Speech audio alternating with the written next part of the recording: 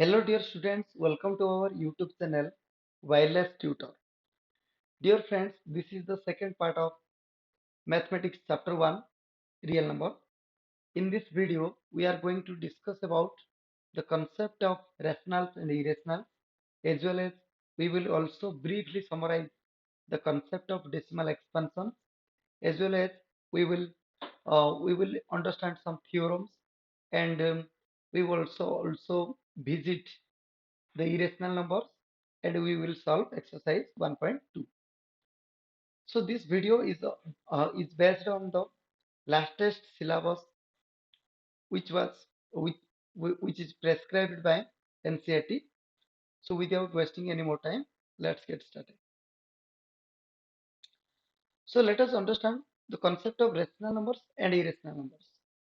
As we have already discussed, any number which can be represented in the form P by Q, where P and Q both are both are integers, and Q cannot be zero. This denominator cannot be zero. So this is so any number which satisfies this condition is called a rational number. Example: check whether 3 is rational or not. So 3 can be written as 3 by 1. Here 3 belongs to Z, 1 also belongs to Z, and 1 is not equal to 0. So we can say that 3 is rational. Similarly, check whether minus 3 by 7 is rational or not. Then it is already in the form P by Q. Here minus 3 belongs to Z and 7 also belongs to Z. Here the denominator is 7, which is not 0. So this is also a rational number. There are infinite number of rational numbers. If you try to check the number of rational numbers present between any two natural numbers, for example 0 to 1, if you want to know the number of rational numbers present in between them, is in crores, that is infinite number of rational numbers present between any two consecutive natural numbers. That means imagine the vastness of rational numbers. Similarly, let us focus on the irrational numbers. So it is the contrary of the rational numbers. So any number which cannot be represented in the form P by Q, that is called an irrational number. Example: check whether root 5 is irrational or rational. Then root 5 can be written as root 5 by 1. This is in the form P by Q. But here 5 doesn't belongs to Z, because we know that in the integer set there are only 0 plus or minus 1 plus or minus 2 and so on. So root 5 doesn't exist in the integer set, that's why it cannot be rational. So it is irrational in nature. Similarly, if it is asked 2 root 2 plus root 3, the sum of the irrational numbers is also irrational. The product of two irrational numbers may be rational, but in some cases, here root 6 is irrational, but root 3 into root 3 both are irrational, but their product is irrational. So in order to know rationals and irrationals in detail, let us visit about the decimal expansion. So let us know the decimal expansions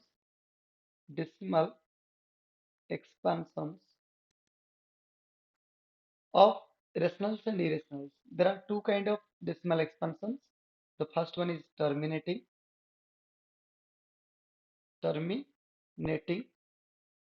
and the other one is non-terminating.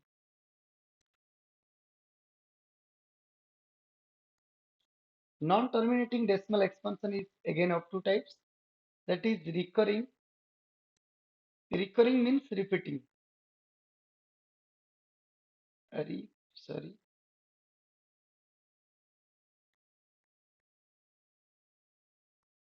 repeating. The second part is non-recurring decimal expansion. If the decimal expansion is terminating, then the number must be rational.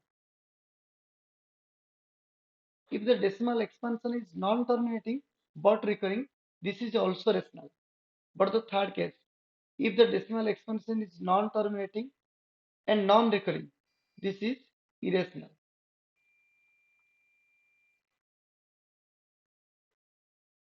Let us find out examples. If a number has a decimal expansion that is 1.732, that means the number has a decimal expansion that is terminating, because it terminates after 3 digits. It terminates after 3 digits. So this is a terminating decimal expansion. Then it is rational or not? It is rational, definitely rational. Similarly, example number 2. Suppose there is a decimal expansion that is 2.38, 38, 38, and so on. Then its decimal expansion is non-terminating because it continues. Non-terminating means endless. That means it continues, but you can see that the 2 digits 3838 are repeated. So this falls under the category non-repeating and recurring decimal expansion. This is called non-repeating, so non-terminating, terminating, recurring decimal expansion. Recurring decimal expansion. When the decimal expansion is non-terminating recurring, this is this is this is also rational.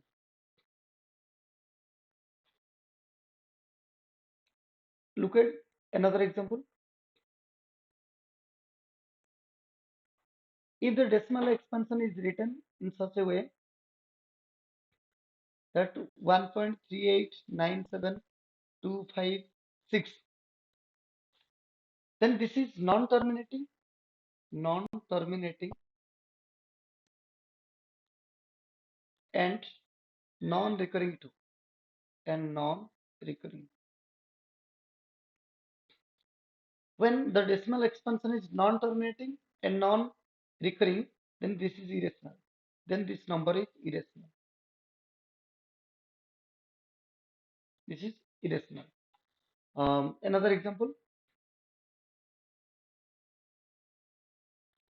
Suppose it is written 1.010010001 and so on. Then tell me, is it rational or irrational? Then you might have think that there are only two numbers which are repeated, 0 and 1. But if you see that there is 0 1, then there are double 0 1, then triple 0 1. So it is also non-terminating and non-recurring. This is also irrational.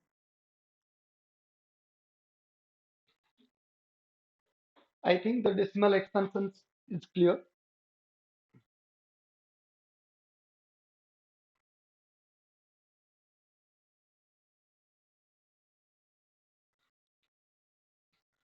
Suppose you are asked to find the decimal expansion.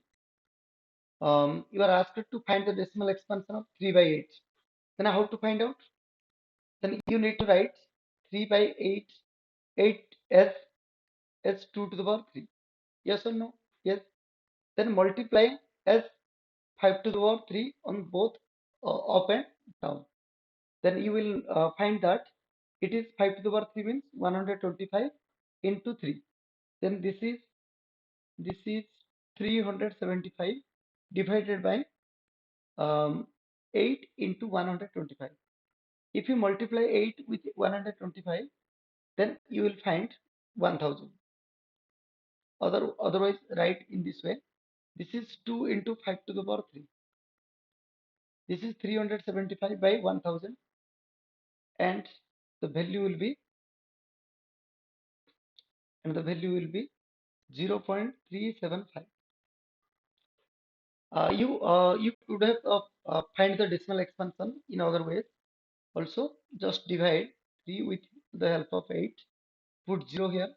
0, 3, 30. 8 3 is 24. Then 60. 8 7 is 56. 40. 8 5 is 40. Then the decimal expansion is 0.375. And what kind of decimal expansion is it? It is terminating because it terminates after the decimals. So what is its nature? It is rational or irrational? It is irrational. I hope everything is clear. Now let us move. Theorem 1.2. It says that let P be any prime number. If P divides A square, then P divides A, where A is a positive integer. This is the best to prove any irrational numbers. So we need to remember this. Then we need to prove how to prove. Let A be any composite number. N be any composite number. Then the prime factorization of A. Then A can be written as, suppose there are so many prime factors, P1, P2, P3, and so on, Pn. That means there are n number of prime factors. It is not necessary that P2 cannot be P3. So there may be same factors like 2 into 2 into 2. Then the values are P1 is equal to P2 is equal to P3. So this is not the case. The prime factorization of A is P1 into P2 into P3 up to Pn. On squaring both sides, on squaring both sides,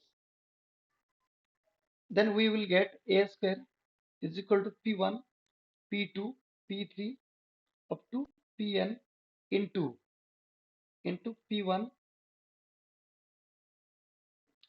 its square is equal to, we can write P1, P2, P3 to Pn into P1, P2 into Pn. So in this case, it says that if P divides A square, that means P must exist in the prime factorization of A square. That means if P divides A square, that means P exists as a prime factor of A square. If P exists as a prime factor of A square, then it says that. Then you can definitely see that P is also a prime factor of A. You can notice here. So these things are repeated. So P also exists in the prime factorization of A. So that's why if P is a prime number and it divides A square, then it also divides A.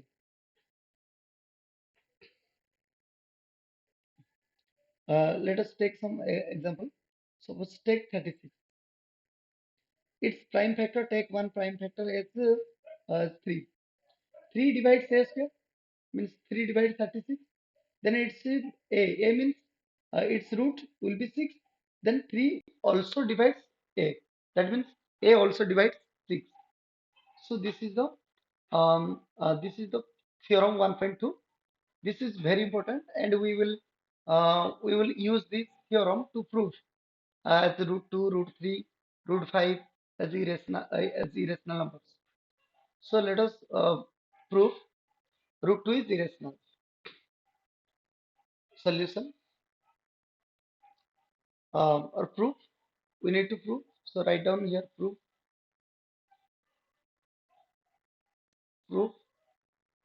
So we need to prove root 2 is irrational. So this kind of theorem is called method method of contradiction.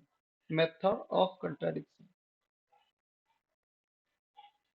Method of contradiction. That means we will take a false statement and we will reach at a false conclusion, and we will say that our assumptions are incorrect. If our assumptions are correct, then we might have reached at the correct conclusion. So this is the way of this proof. So let us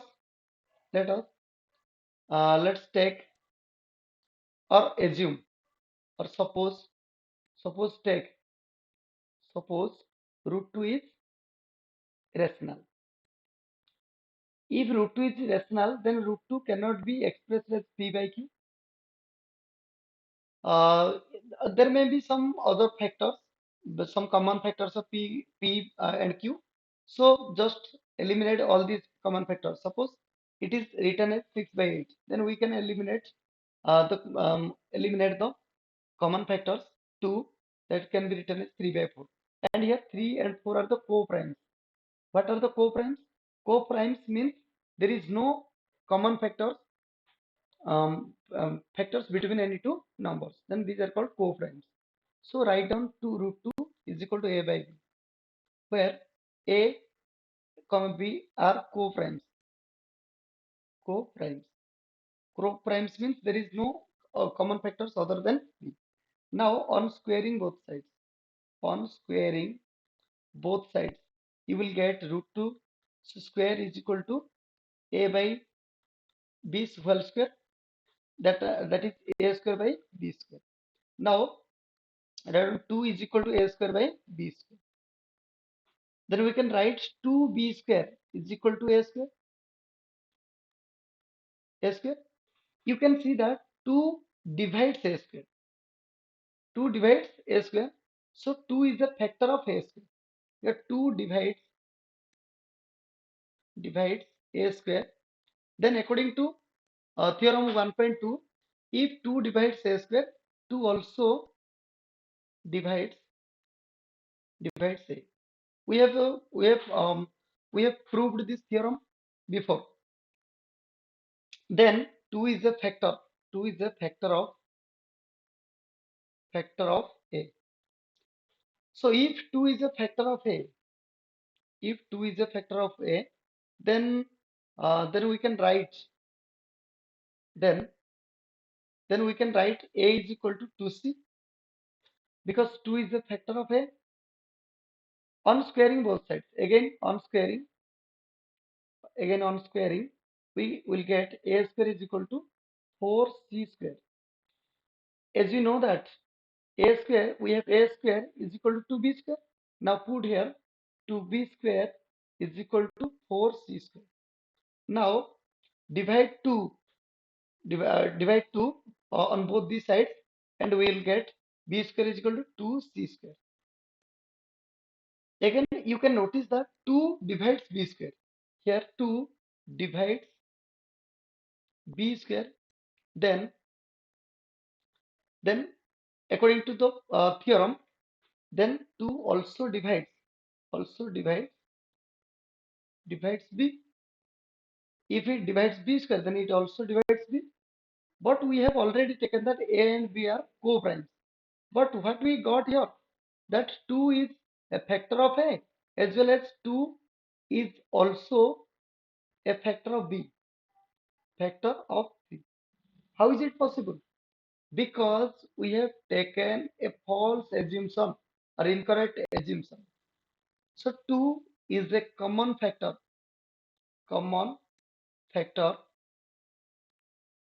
of a and b. And a 2 is a common factor of a and b. But a and b are co-primes. Co-primes. We have assumed this. So this contradiction arised. This contradiction arised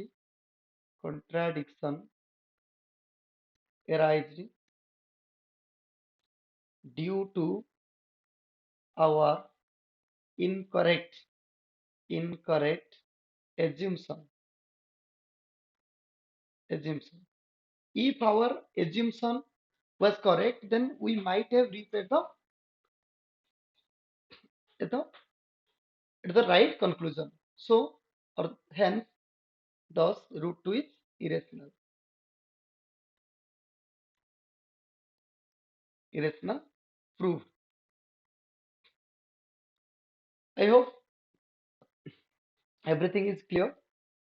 If you don't understand this, uh, then um, stick back the video and pause this video and kindly watch the proof. Then you will understand. And after that, if you can understand, then please comment. I will again make a video on this. Next example, so that 5 minus root 3 is irrational. So that 5 minus root 3 is irrational. Then how to prove? Prove same way.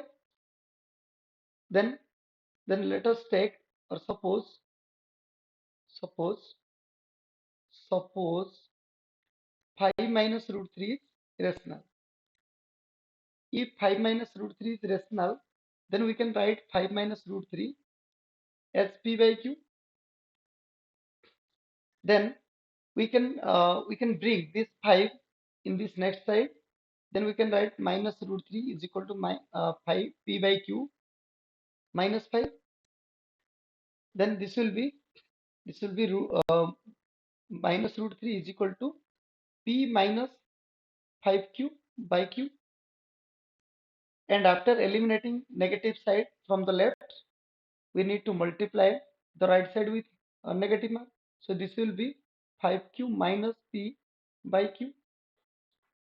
So in this statement, you can clearly see that q, p both are integers. So the operation means addition, subtraction, multiplication, and division with integers gives the result of rationals.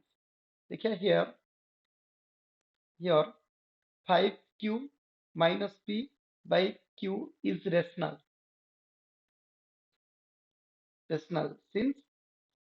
since p and q belongs to z, but we have already proved that that root 3 is irrational. Root 3 is irrational. So this contradiction arises. This contradiction arised due to our incorrect assumption.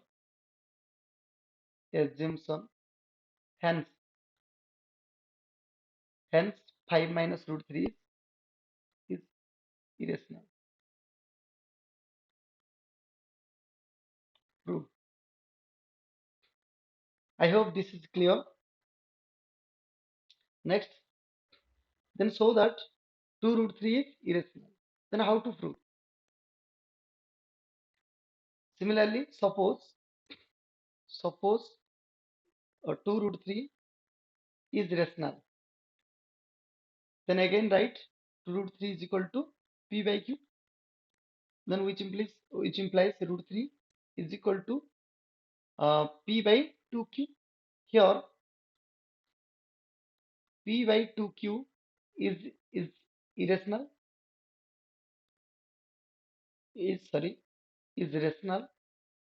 This is rational. Is rational.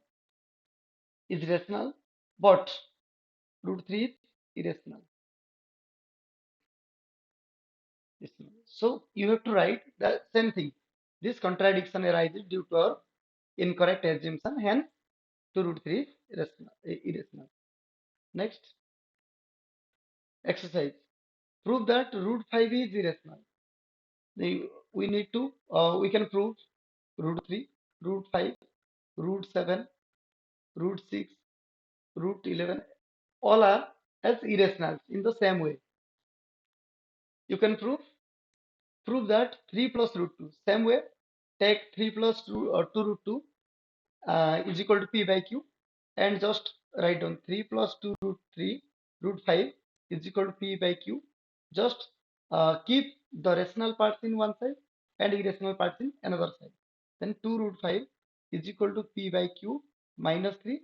Then this will be 2 root 5 is equal to p minus 3q by p, which implies 5 is equal to, sorry, root 5 is equal to p minus 3q by 2q. Then this is the rational part and this is the irrational part. So this contradiction arises due to our incorrect assumption. Hence 3 plus root 2 root 5 is irrational. You can also prove this 1 by root 2, 7 by 7 root 5, 6 plus root 2. In the same way, just take as p by q.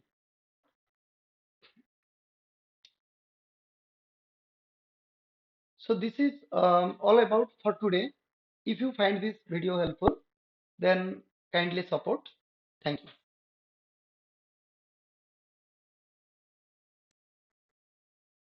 you.